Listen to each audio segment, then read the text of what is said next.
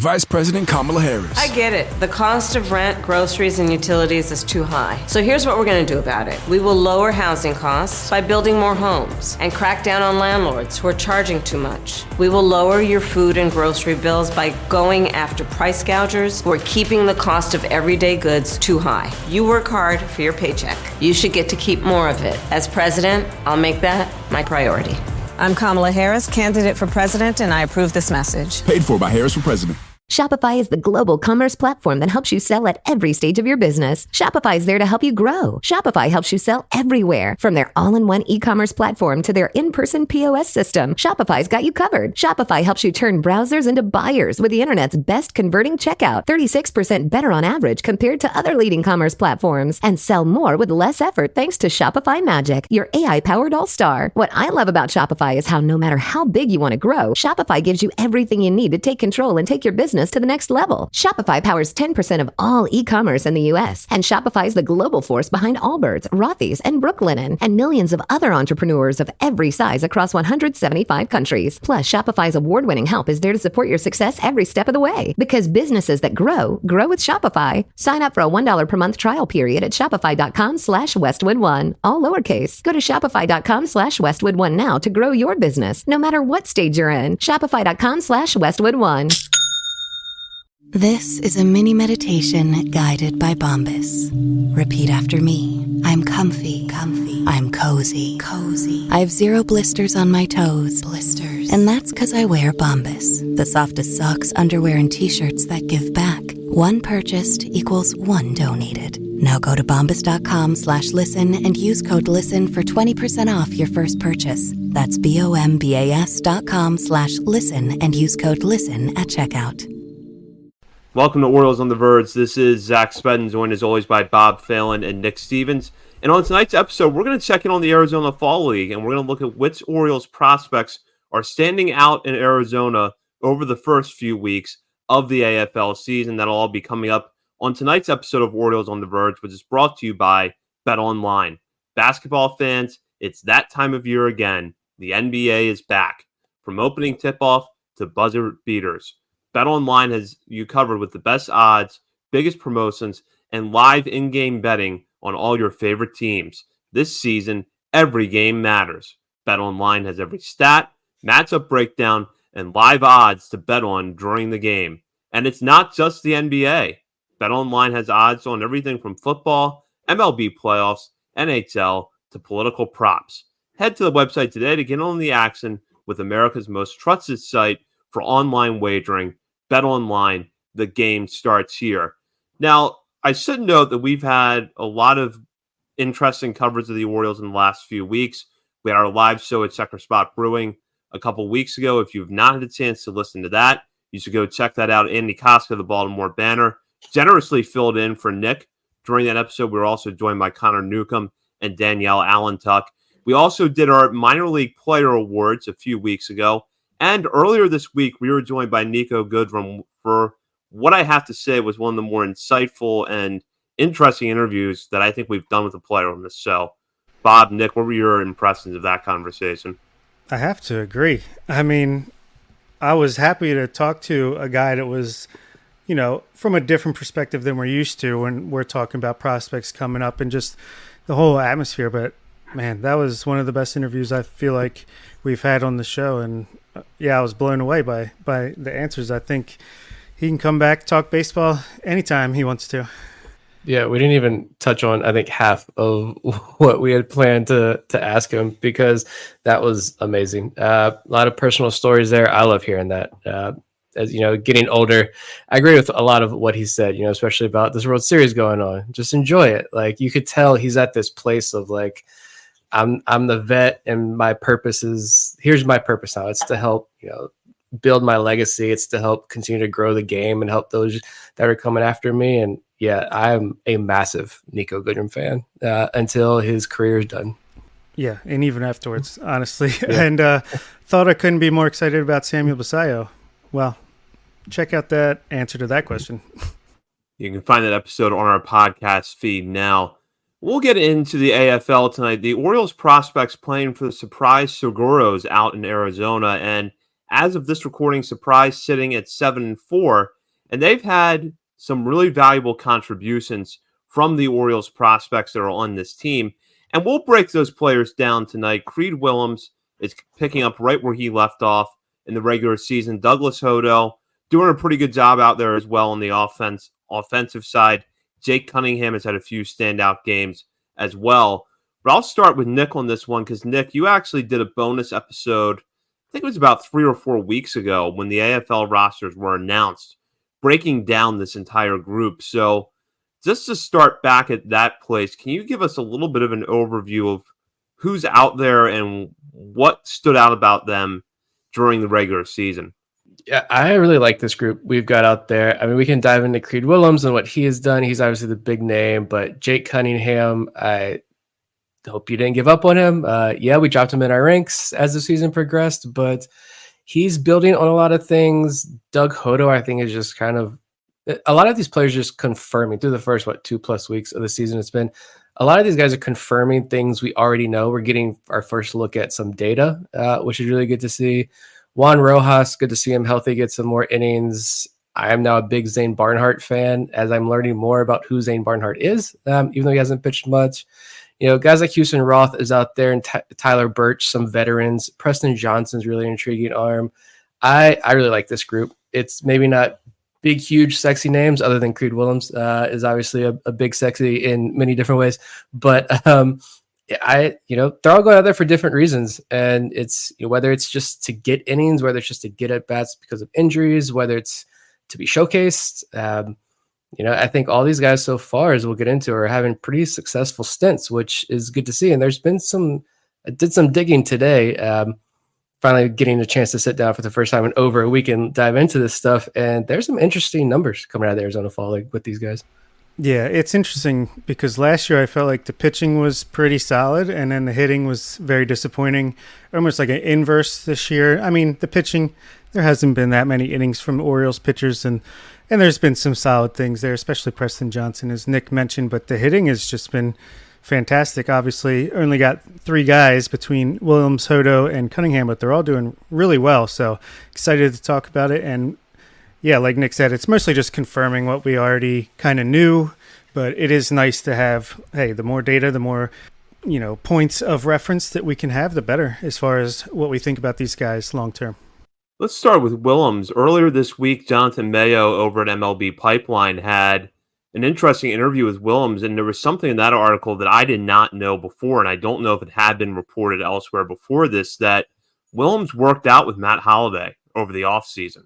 And he rebounded from a lot of ups and downs at Aberdeen in 2023 to tear through that level this year. And I remember when he was promoted to Bowie later in the season, we talked about that. And one of the things we talked about on our show was that Willems has had a hard time adjusting to new levels when he's gotten there. It took him a while to adjust to Delmarva.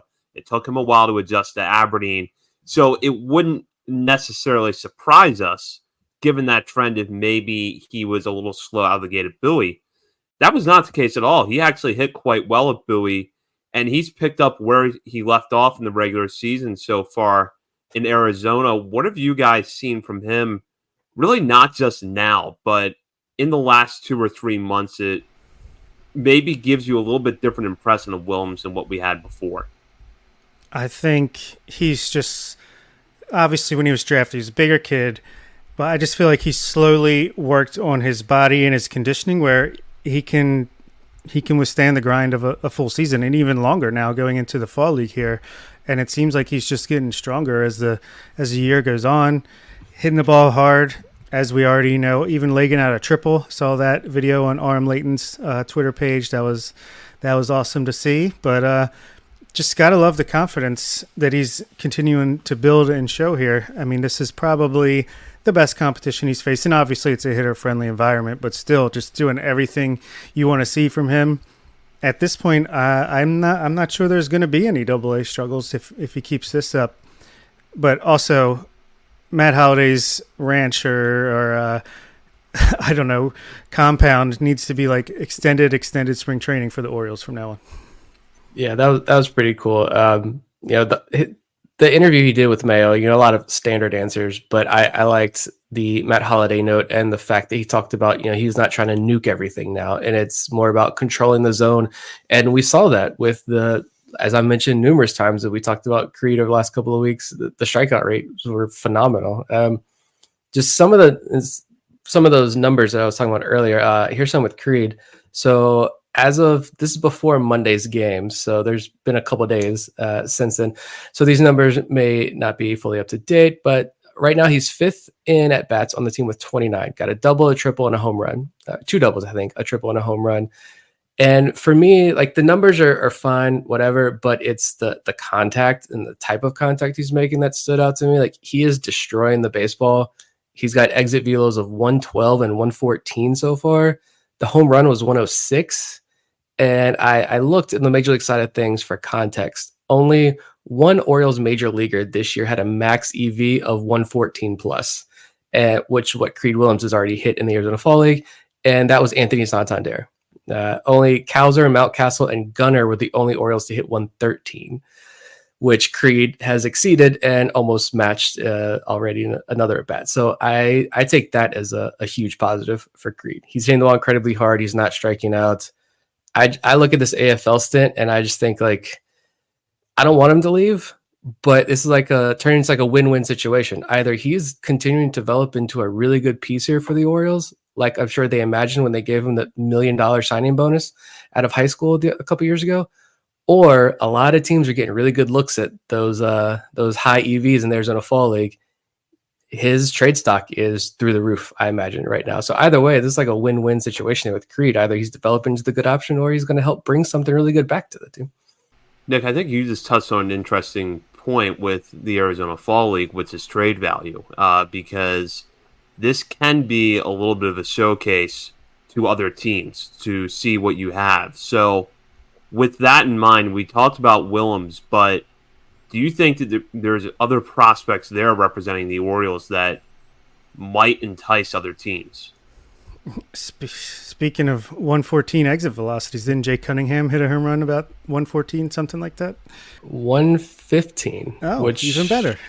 Would have been, it's more than any Oriole did at the major league level this year. So yeah, I think, it could definitely raise the trade value of guys like Cunningham and Willems. Maybe not as far as being like a headliner, if just, for example, a Garrett Crochet trade, but what if it's Kjerstad and Creed Willems and Jake Cunningham for Garrett Crochet? I don't know. Just, it's definitely helping the trade value for those guys. Even Hodo, I mean, this guy has really put in a lot of work, and he's 4 doubles, a triple, 3 stolen bases, not caught stealing at all, 4 walks to 5 strikeouts.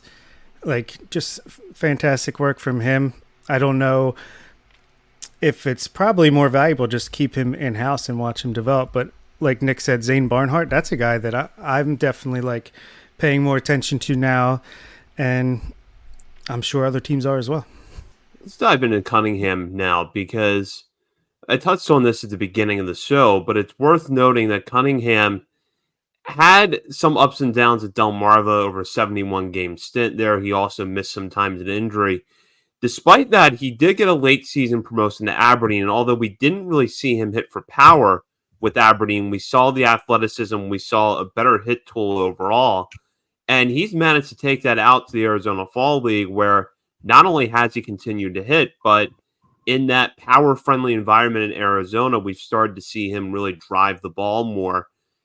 Do you guys feel like maybe if you look at the last month and a half, so that time in Aberdeen and even the end of his stint at Delmarva, in tandem with the Arizona Fall League, that maybe we're now starting to see a little bit of a breakout with Cunningham?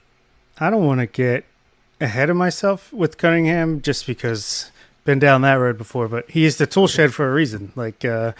It's just a mess in there. You got to organize it, and I think he's just got to learn. Obviously, stay healthy, number one, and just organize that tool shed. I don't know how far I could take this analogy, but just get things put in place and just refine the game. Obviously, we've seen flashes, 115 exit velocity, insane. So the power's there. We know he can run. It's just, look, it's John Rhodes 2.0 or whoever 3.0. Like, this is the guys that the Orioles Trimble that the Orioles want to bring in and try to refine. Because if you hit on them, it's a very good player on your hands there. It didn't work so far, at least with Rhodes and Trimble. He's getting a late start on his career, but it's going in the right direction. And I think Cunningham's just another one of those guys that if it clicks, it's going to be fun, but got some work to do. Yeah, and I could also preface all of this by looking at Jeff Ponce had a chat over at Baseball America the other day, and he did say that pitching overall, as we've talked about like every year that we've done this, the pitching usually isn't great, right? Teams don't want to send their top prospects over there and get hurt when you can keep them in a more controlled environment. But according to Jeff, he thinks the pitching is maybe average to maybe a little below average this year. I feel like every year they say it's below average though. And, he talks about how there's also like no real starting talents, but there's a lot of good bullpen arms out there. And these are extreme hitters environments out there in these West Coast spring training ballparks. It's typically around 100 degrees during games. So he kind of talked about how pitchers are kind of set up to fail for the most part in the Arizona Fall League. And it's really good for hitters. But like with Creed, same thing with Creed as with Cunningham. It's like those EV numbers are super impressive.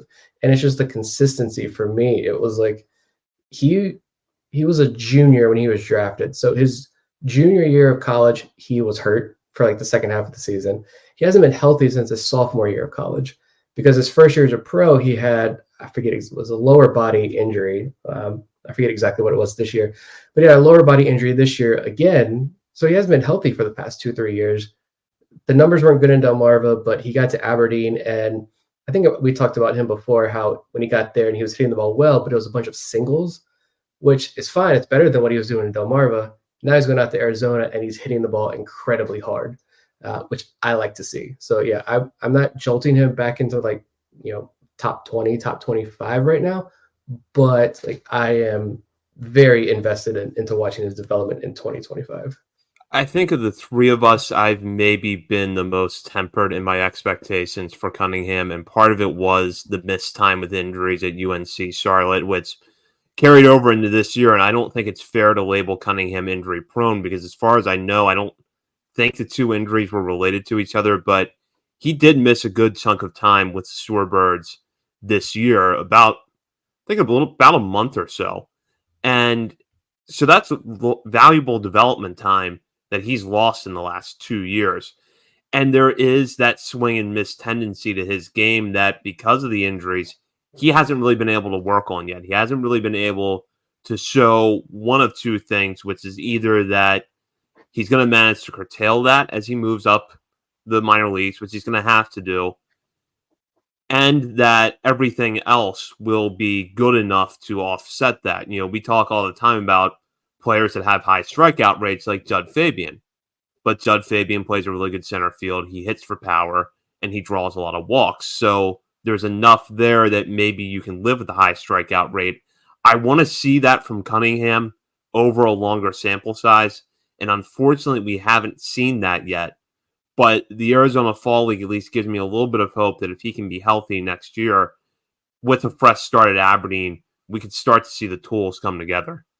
You want to talk about Hodo real quick too. I don't have much on him. I don't know if you guys have seen anything. I don't have any like data on him. I didn't look deep enough to get some updated numbers on him other than the stat line, but he's doing what he did last year in high A and double A. And like we talked about earlier, kind of confirming the 2024 performances.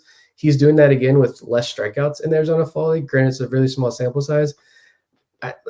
He also had injuries after the Orioles drafted him out of Texas. He's a true center fielder. He started this year on the development list.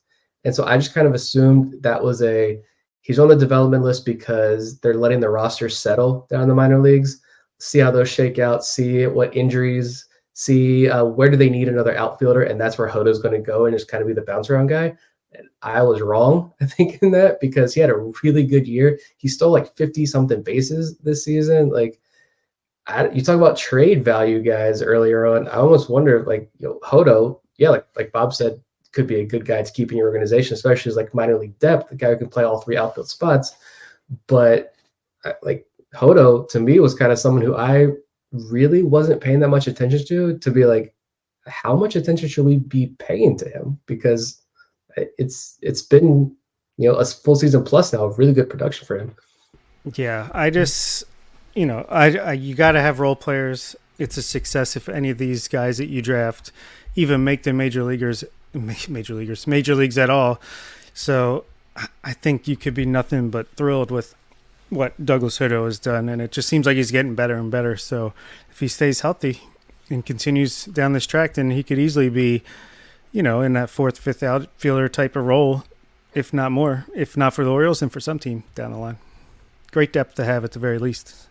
Yeah, I agree with Bob. There has been kind of a gradual improvement with Hodo over the last year that has been encouraging, because coming into this season, because of the injuries and because, frankly, the strikeout rates without hitting for a lot of power gave me a real pause with Hodo. And although the strikeouts are still there, he does walk a lot.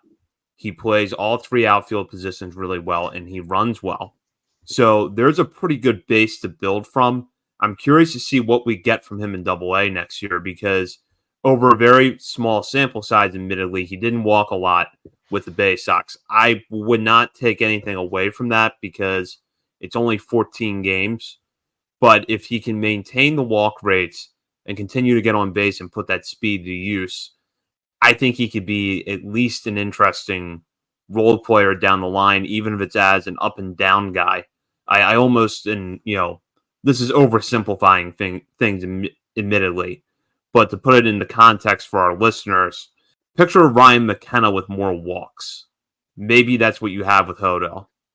Better plate approach overall, probably comparable or slightly better defense. Going to strike out a lot, but also going to take good at bats and draw his fair share of walks. Yeah, I think that's fair. And I know Orioles fans probably won't be thrilled with hearing the name Ryan McKenna, but Ryan McKenna was a solid player to have. Right-handed, fourth, fifth outfielder that can come in late for defense and hopefully use two hands next time. But yeah, Douglas Hodo in that kind of role, I think that could be very valuable. And shoot, I'm sure he would take that in a heartbeat if you offered it to him right now. Getting engaged can be stressful. Getting the right ring won't be at BlueNile.com. The jewelers at BlueNile.com have sparkle down to a science with beautiful lab-grown diamonds worthy of your most brilliant moments. Their lab-grown diamonds are independently graded and guaranteed identical to natural diamonds and ready to ship to your door. Get $50 off your purchase of $500 or more with code POD at BlueNile.com. That's BlueNile.com, code POD for $50 off. Experience the performance of Lexus Racing, the thunderous V8 engine. The black and day-glow yellow Lexus RCF GT3, a blur of speed and adrenaline. The sheer force of acceleration. The physics-defying grip of the tires, the intensity of every corner, the precision of each maneuver. The sound of victory. Visit Lexus.com/motorsports to keep the thrill going. Vice President Kamala Harris. I get it. The cost of rent, groceries, and utilities is too high. So here's what we're going to do about it. We will lower housing costs by building more homes and crack down on landlords who are charging too much. We will lower your food and grocery bills by going after price gougers who are keeping the cost of everyday goods too high. You work hard for your paycheck. You should get to keep more of it. As president, I'll make that my priority. I'm Kamala Harris, candidate for president, and I approve this message. Paid for by Harris for President. After the end of a good fight, you deserve an ice-cold reward. Medalla, you put in the hours, the energy, the tough labor, because you know the bigger the fight, the better the reward. Medalla, the mark of a fighter. Drink responsibly. Beer imported by Crown Imports, Chicago, Illinois. With pitchers, I really want to focus on Zane Barnhart, because you look at the baseline numbers in Aberdeen this year, and they were pretty good. Good ERA, good strikeout numbers. The walks were a little high, but there's enough there to make him interesting. But learning more about him, and we talked about Jonathan Mayo's interview with Creed Willems earlier, there's some notes on the other Orioles prospects out in Arizona at the bottom of that article. And he mentions in his piece that Barnhart can get his fastball up to 96 miles per hour, and he pairs that with a solid low 80s slider. And Nick, I know you broke down Barnhart's data a little bit when you did your AFL preview show a few weeks ago. I feel like this is a guy that we probably should be paying a lot more attention to because of what he can deliver out of the bullpen. So what are your thoughts on him? Yeah, I almost wonder if we completely whiffed on Barnhart because I don't think we mentioned his name at all season. I don't think we tweeted about him one time all year. I don't know if I watched him, but like at all this past season. But he's only got 2 innings so far in the AFL.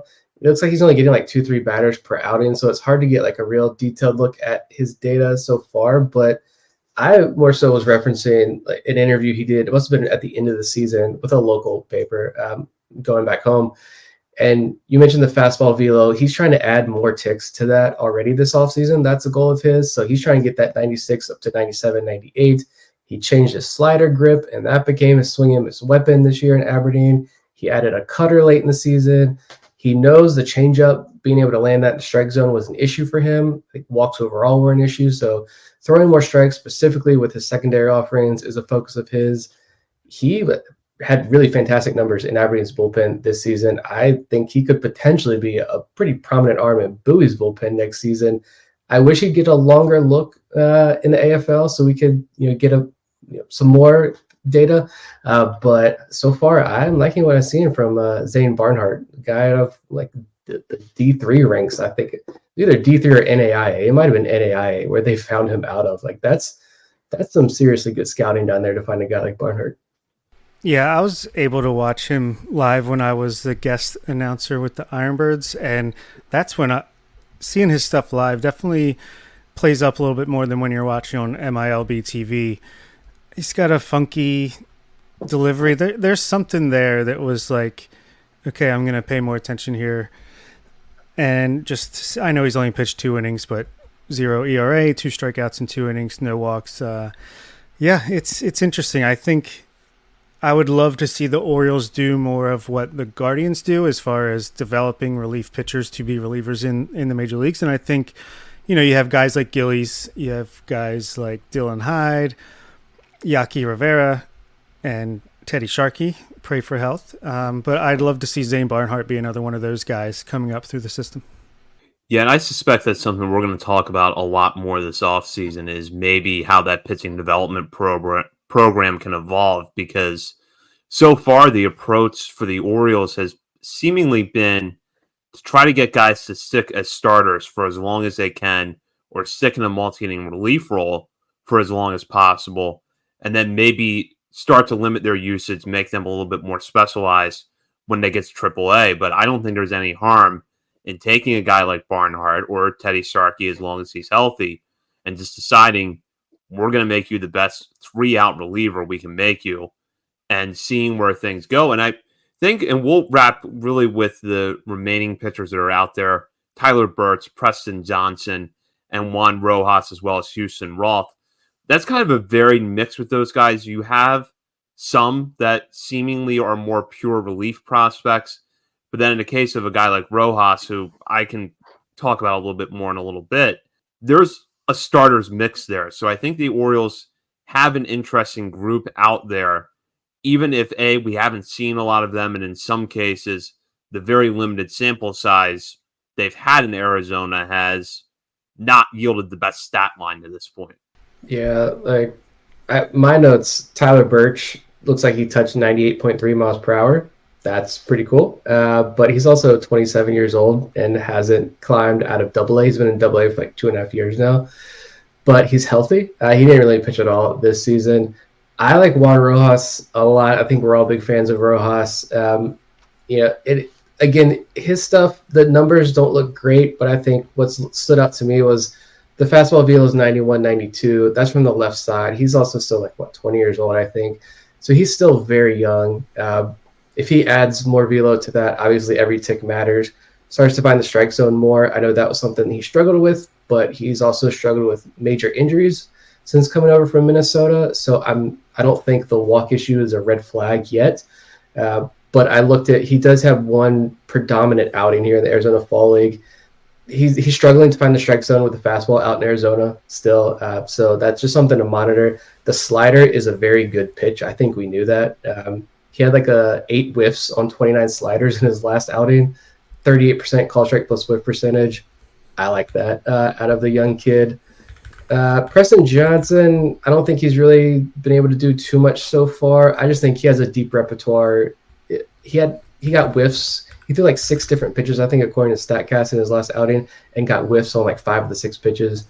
That's pretty good. I think he's that really good, moldable clay that the organization always talks about with these guys. I'm anxious to see. He's next year, another year further removed from Tommy John surgery, see what he can do. The only other name is Houston Roth. And you talk about why guys are sent out to the Arizona Fall League.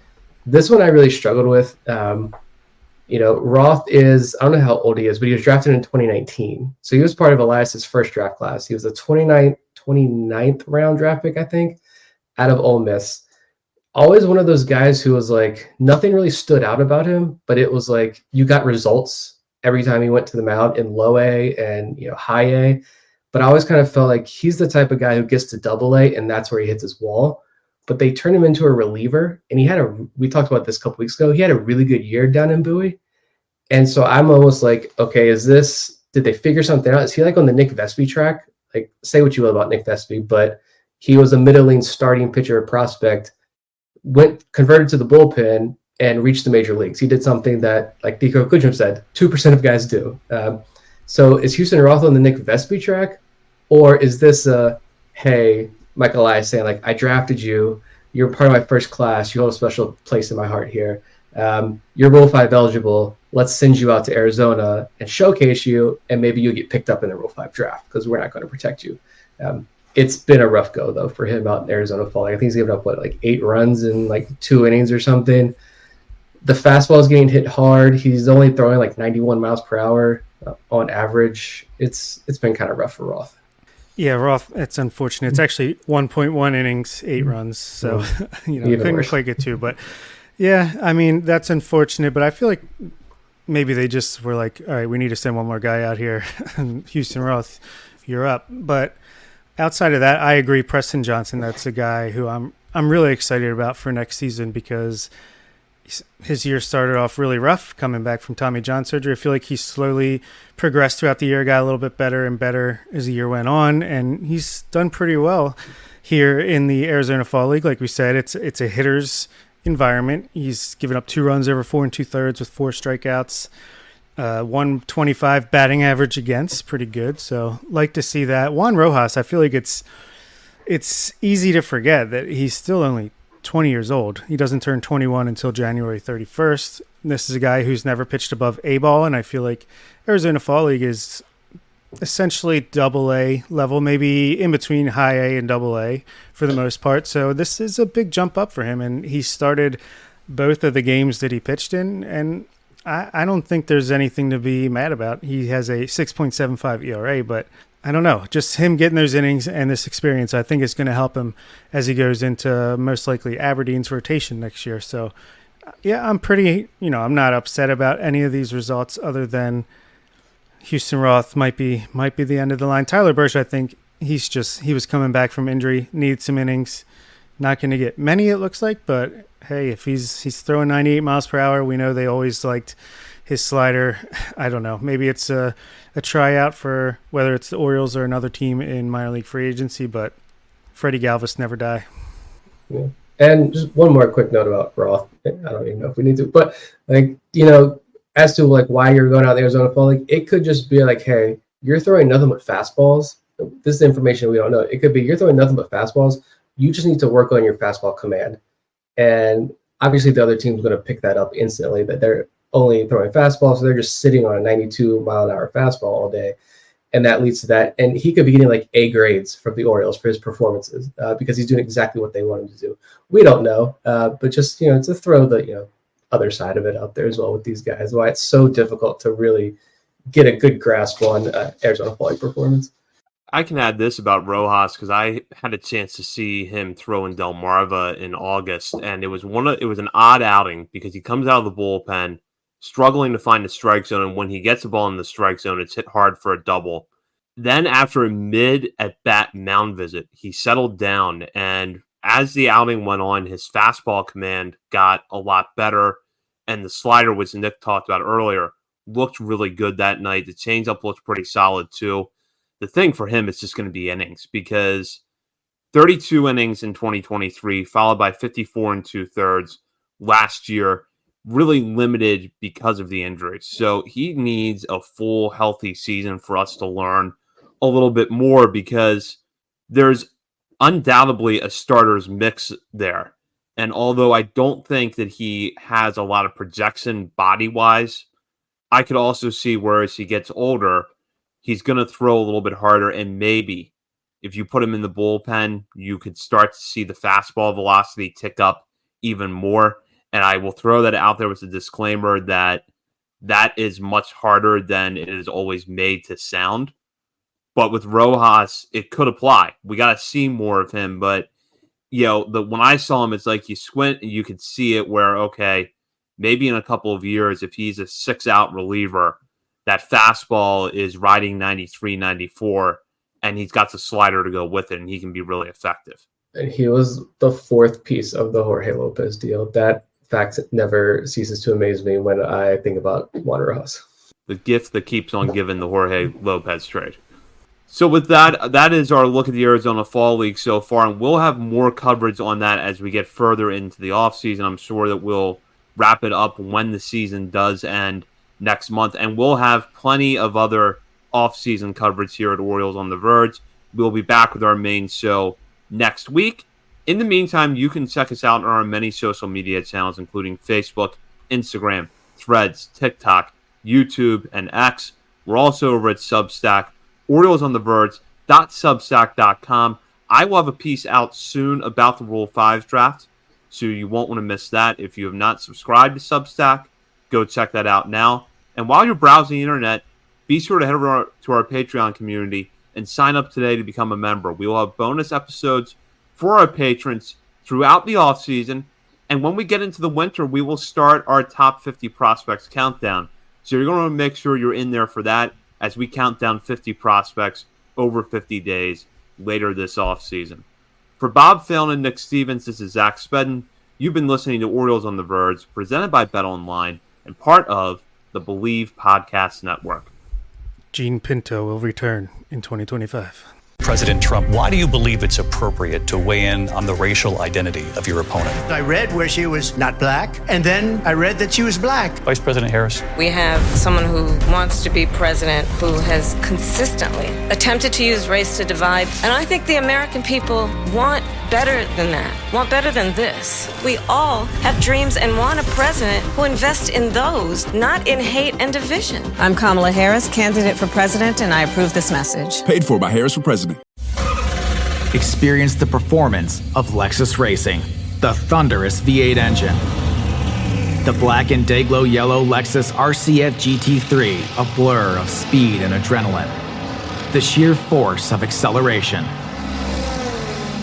The physics-defying grip of the tires, the intensity of every corner, the precision of each maneuver. The sound of victory. Visit Lexus.com/motorsports to keep the thrill going. Have you met All Modern? All Modern brings you the best of modern furniture and decor. And right now through November 20th, you'll score up to 50% off during their early access to Black Friday sale. Prep your space for holiday hosting with deals on cozy beds, modern tabletop essentials, and more. All on sale at All Modern. Then get them delivered for free in days. You heard that right. Days. That's modern made simple. Shop All Modern's early access to Black Friday sale now through November 20th at allmodern.com. After the end of a good fight, you deserve an ice-cold reward. Modelo, you put in the hours, the energy, the tough labor, because you know the bigger the fight, the better the reward. Modelo, the mark of a fighter. Drink responsibly. Beer imported by Crown Imports, Chicago, Illinois. When you need mealtime inspiration, it's worth shopping Kroger for thousands of appetizing ingredients that inspire countless mouth-watering meals. And no matter what tasty choice you make, you'll enjoy our everyday low prices. Plus, extra ways to save, like digital coupons worth over $600 each week and up to $1 off per gallon at the pump with points. So you can get big flavors and big savings. Kroger, fresh for everyone. Fuel restrictions apply.